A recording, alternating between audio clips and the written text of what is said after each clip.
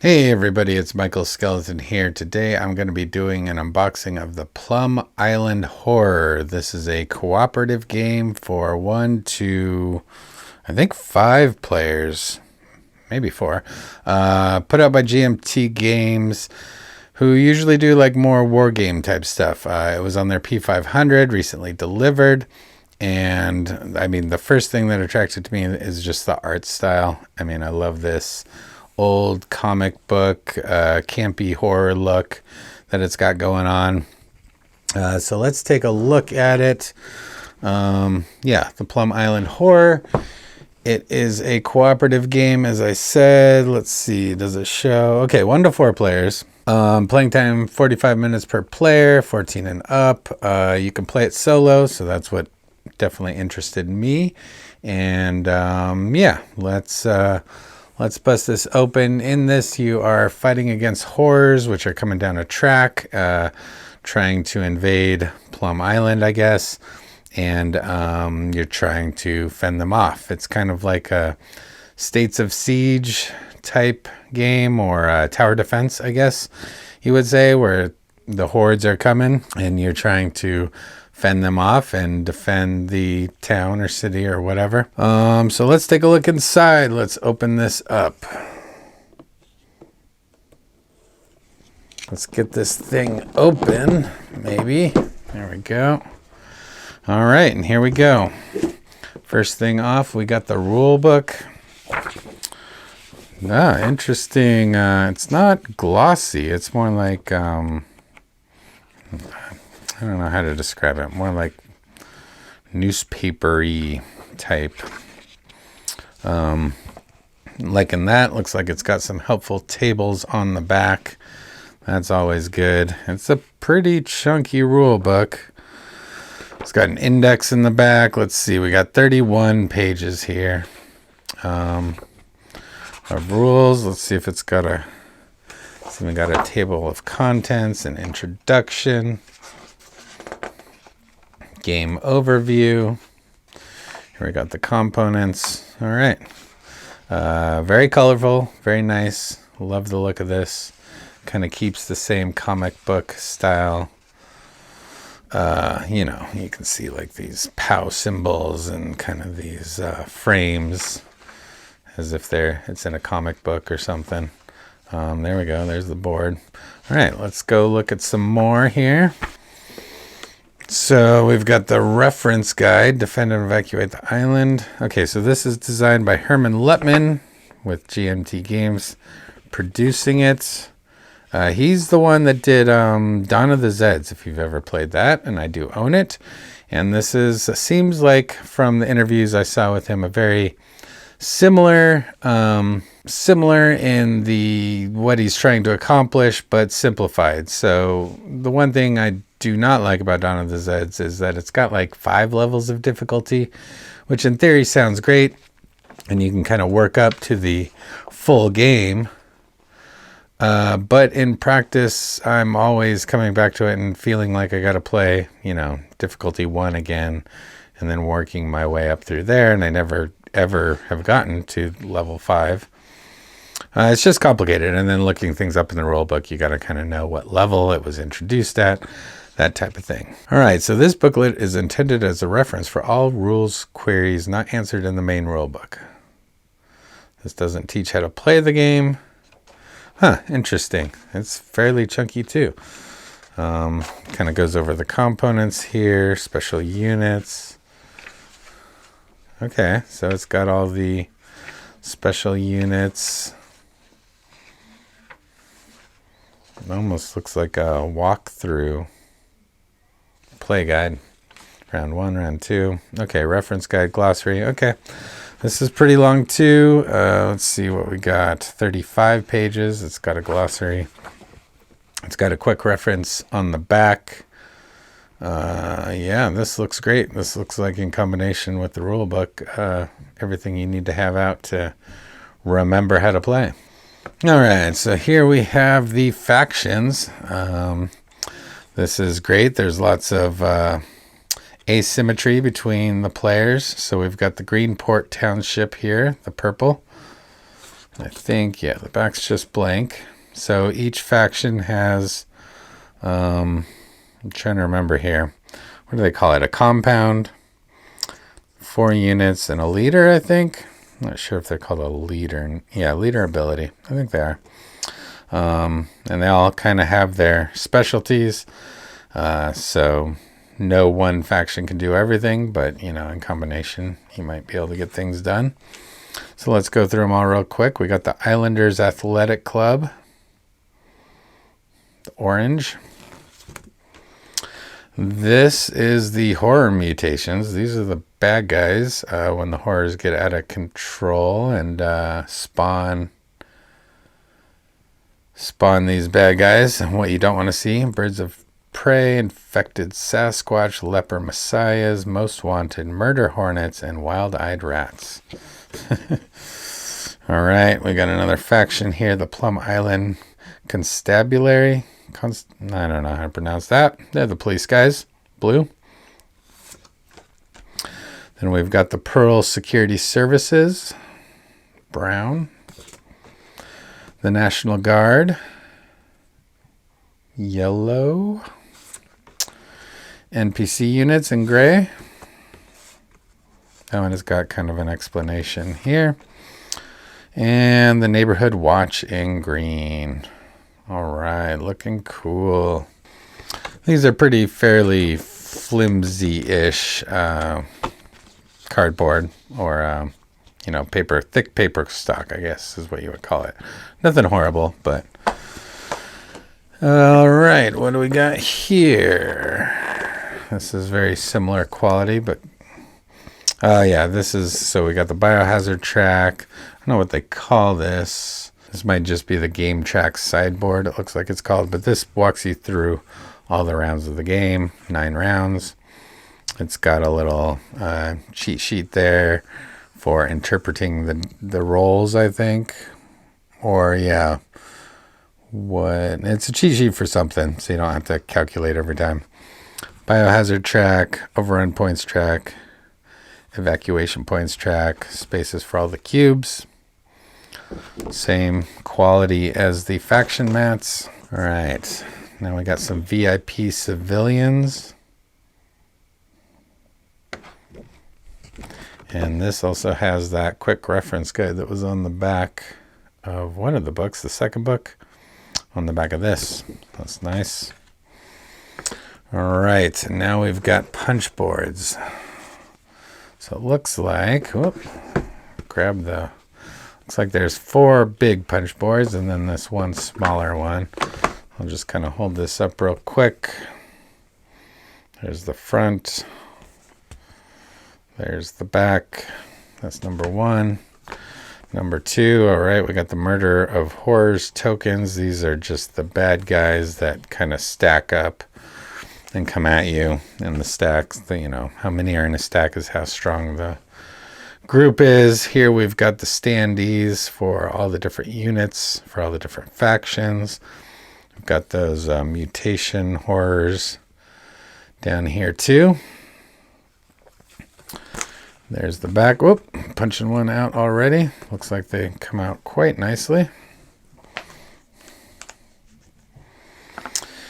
And here we've got the civilians, NPC units, bunch of markers, some more horrors, and the back. Very cool that they name these civilians as well. You can see some of these funny names. I like how the designer names a lot of his locations and people and places as like homages to, you know, pop culture stuff or his friends or whatever, what have you. That's kind of cool. All right, and then we've got these, I don't know what they're called, but they're these markers that you draw out of the bag to see whose turn it is. Looks like a few other general purpose markers too.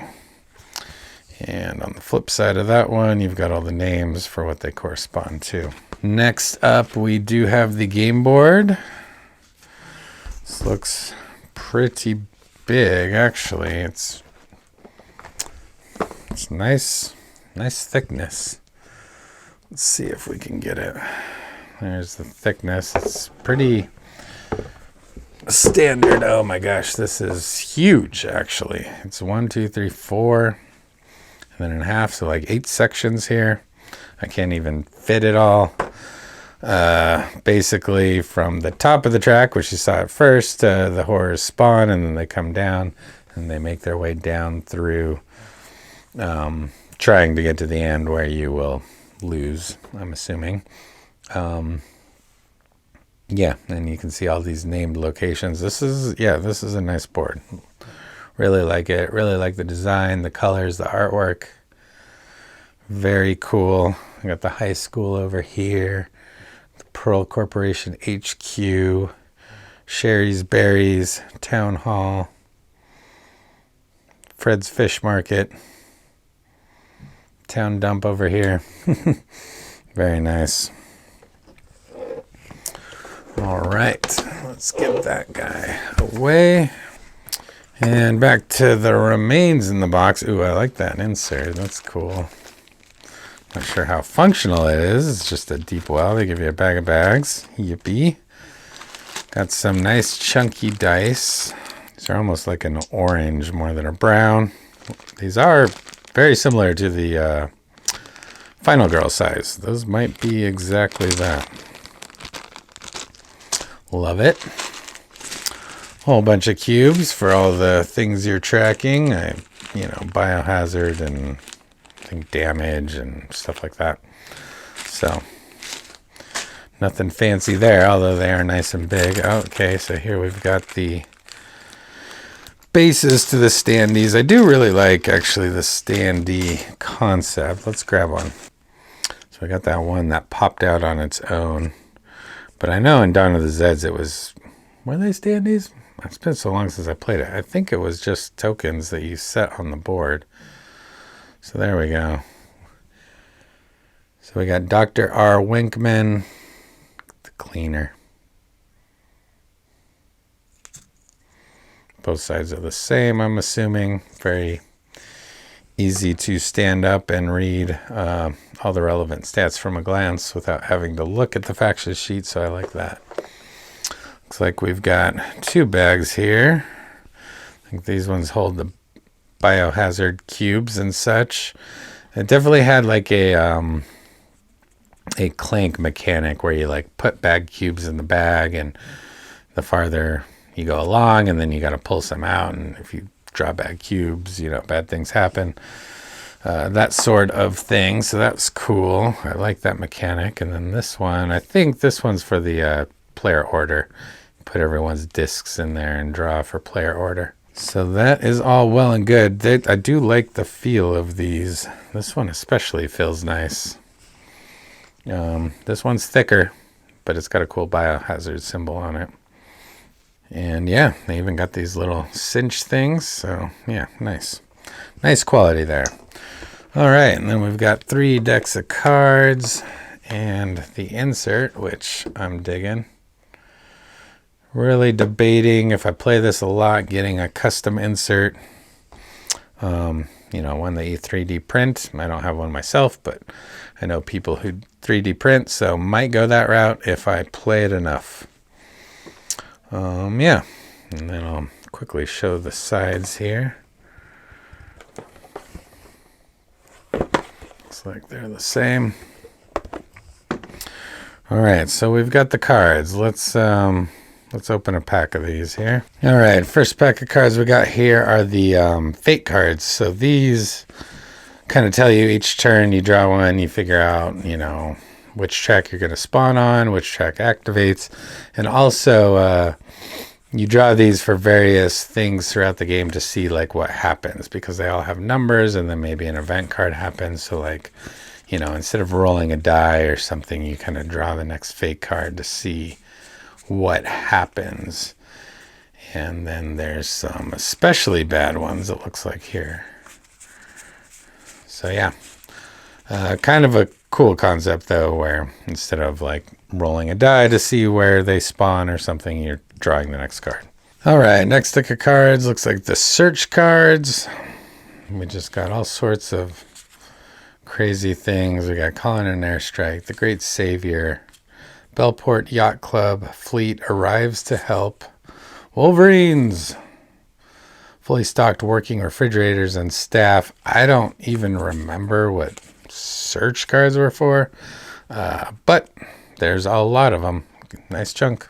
All right, in the last deck we've got, looks like we've got some player reference cards, player follow actions.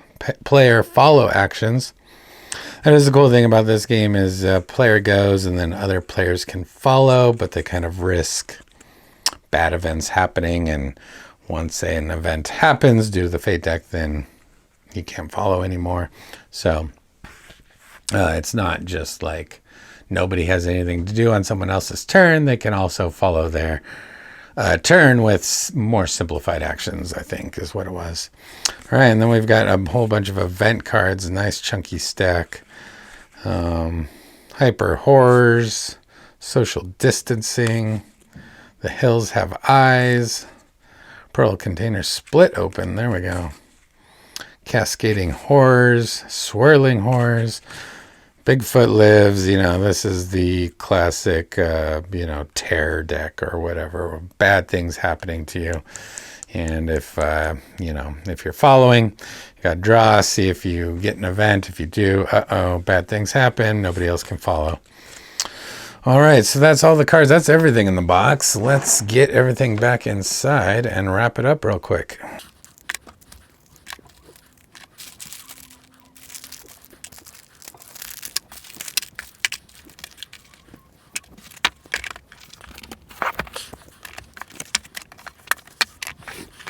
All right, and there we go. That is everything inside the box for the Plum Island Horror by GMT Games.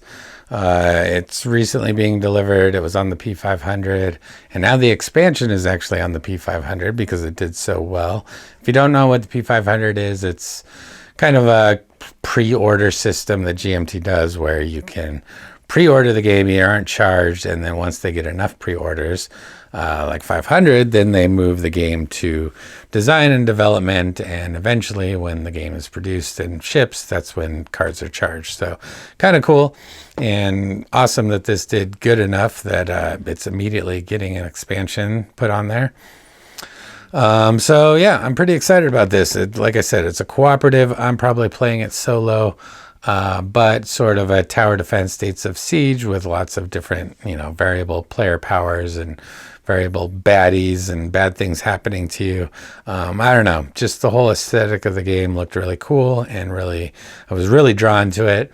It definitely seems more complex than some of the other games I play, more along the lines of Dawn of the Zeds, maybe middle level Dawn of the Zeds, but I'm pretty excited to dive into this and see what I think. I think it's also kind of a longer game, but has to be expected, especially with all the different variable, asymmetry between the players and stuff. So anyways, let me know what you guys think of the Plum Island Horror. Did you see this game? Are you interested in it? And what are your expectations from it? And if you played it, how did you like it? All right, thanks guys. Thanks for watching. And with that, Michael Skeleton is out.